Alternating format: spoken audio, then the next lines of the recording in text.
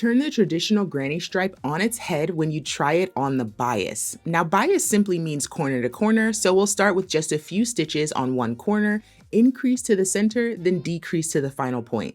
This technique is easier than it looks and so very fun to do. And if you've got some stash that needs busting, it may become your new favorite stitch. Hi, I'm Tony and I'm excited to stitch along with you in this crochet tutorial. Now let's do it. This video is one of many helpful tutorials to accompany the Crochet Amour Sampler, a beautiful 20 block Afghan that teaches new crochet stitches and techniques with every square. To get the row by row instructions for this square and find out how to make the entire sampler blanket, visit the link in the description. In case you're curious about the materials I'm using today, this is some lovely speckled Madeleine Tosh that I found in my stash, and I'm also using the matte gold hook from Furls. Just for reference, this is what the polished gold looks like. Nice and shiny like the other Furl Streamline, but this is the first collection that they've done in this matte finish. It's a really nice textured finish. It does create a little bit of sound while you're crocheting with it, but I don't know, I've really taken to it. So if you've ever found that the polished Streamlines are a little too slippery, the matte might be the way to go. So I'm super excited to give you a demo of how these hooks work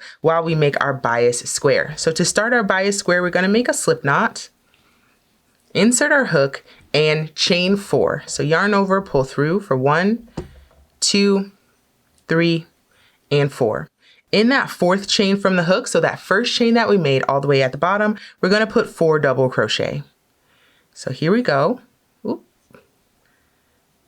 Here's 1, 2, 3, and 4. Wonderful. Now let's jump right into row 2, which starts with a chain 3, 3, and turn our work. And we're going to find the space between stitch 1 and 2. So stitch 1 is right here at the base of my chain. It's this one right here. And stitch 2 is right next to it. We want to work into the space between those stitches. And we're going to place 3 double crochet there, which in this pattern I call a cluster. So it's just 3 double crochet. We're going to skip the next cluster, so the next 3 double crochets, and find the space after that 3rd skip stitch, and that is the stitch between our 2 last stitches, and place a cluster here. So here's 1, 2, and 3. Now we need to find the top of our turning chain. 1, 2, 3 chains up, 1, 2, 3 chains up, and place 1 double crochet there to end the row. Beautiful. So we've got our starting stitch, a cluster here, and our ending stitch. Let's move on to row 3. Starts with a chain 3, turn our work, and we're just going to essentially follow this pattern where we place a cluster between stitch 1 and 2. So there's 1, 2, 3 to make our cluster. We'll skip 3 double crochet and place a cluster in the next space. 1, 2, and 3. Skip the next cluster, so the next 1, 2, 3 stitches, and we're working in the following space, putting another cluster. Here's 1, 2, and 3.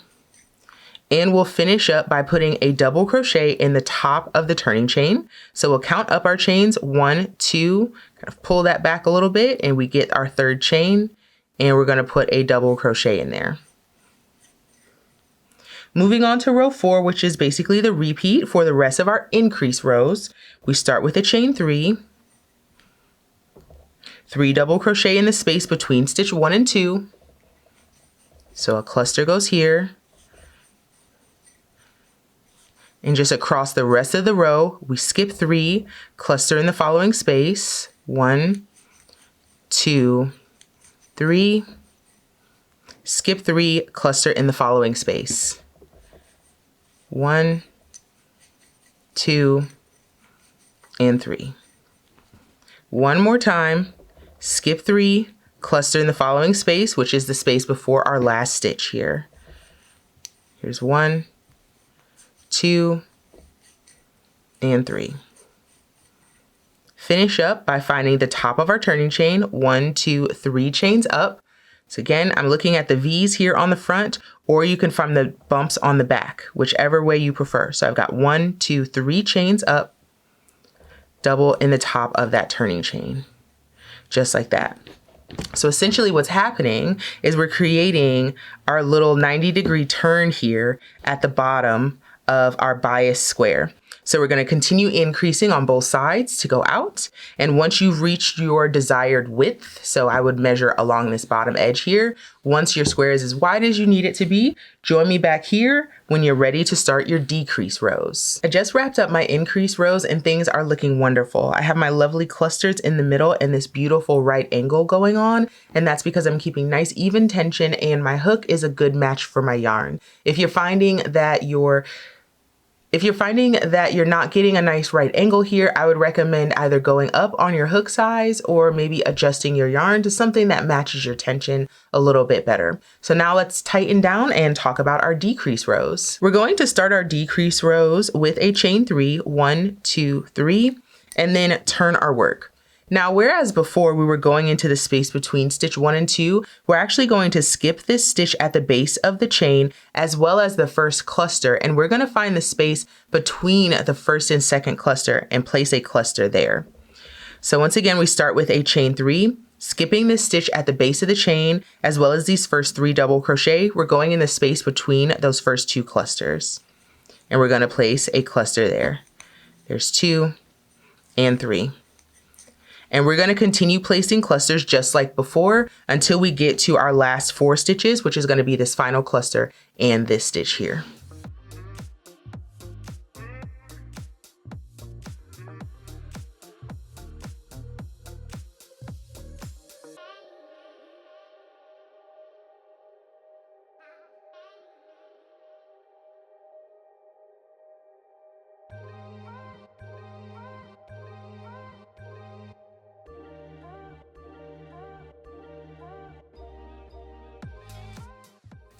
So I've got one more cluster going here, and this is going to get me towards the end of my row. So you can see that I have just this one cluster right here and my last stitch. So to finish things off, I'm going to skip this cluster. So skip these 3 double crochets, find the top of my turning chain. So I'm looking at the front of my chains here. I've got 1, 2, 3. I'm just going to place a double crochet in the top of that turning chain, just like that. And that is going to end my row. So let's do another decrease row together. 1, 2, 3 chains, turn our work.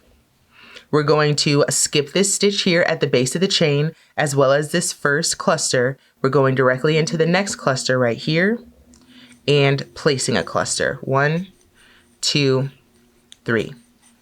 So by skipping that cluster here at the beginning of the row and at the end of the row, that's how we start to create our decrease. So we can already see that we've turned our corner.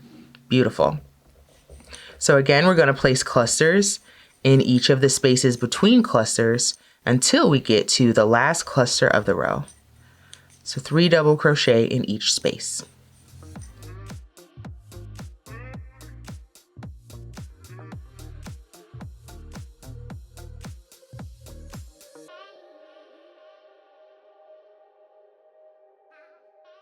My last cluster of the row is right here, so I'm going to place 1 cluster in this space right before it.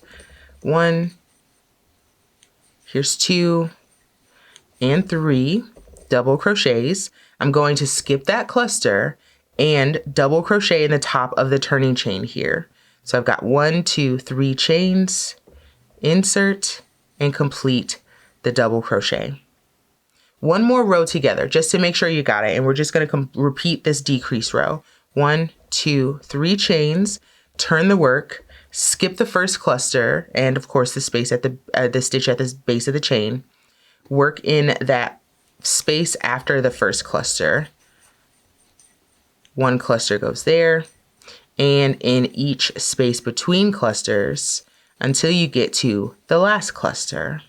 All right, last cluster is here, so I'm gonna work a cluster in the space before that last cluster. There's 2, 3 double crochet go there. Skipping that last cluster, I'm gonna find the top of my turning chain, 1, 2, 3 chains here, and place a double crochet in the top of that turning chain. Beautiful. So if we take a look at our work, back it on up, you know, like a U-Haul truck. There we go. Open this up and we can now see that we've turned the corner on the bottom as well as the top. So we're starting to close up our square. So we're coming to a point.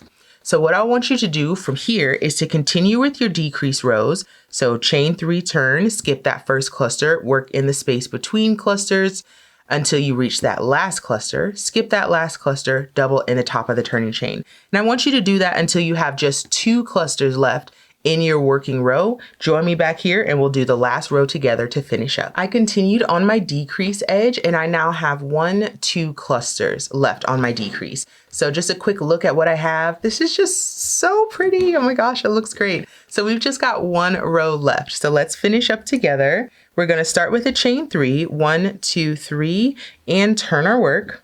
We're going to skip the double crochet at the base of the chain, as well as these next 3 double crochets. So this next cluster, we're going to place a cluster in this space. So between these 2, 1, 2, and 3. And then we're going to double crochet in the top of the turning chain, just like we've been doing before. And that ends our square. At this point, we can fasten off. Lift that loop up and out, and look at that. Wow, it looks so cool. So we've got our nice clean 4 corners. Oh, you can't even see it. Let me back that up. There you go, friend. So after a little bit of tugging, and I would definitely recommend blocking this, but we've got a nice clean square. So we've got this nice clean edge down here, nice clean edge up here, and our other 2 corners. This is fully reversible, but you might decide that there is a right and wrong side, a top and bottom, totally up to you. But I do have to say, this is really pretty. Now I know what you're thinking, Tony, oh my gosh, that would make a really beautiful blanket. How do I turn this bias granny square into a rectangle? Well, I have the answer, but we're gonna need to get this video to 2,000 likes before I tell you. So if we can get this video to 2,000 likes, I will come back and share a tutorial for how to make the bias granny into a rectangle. Until then, thank you so much for watching, and I'll see you in the next tutorial. Bye.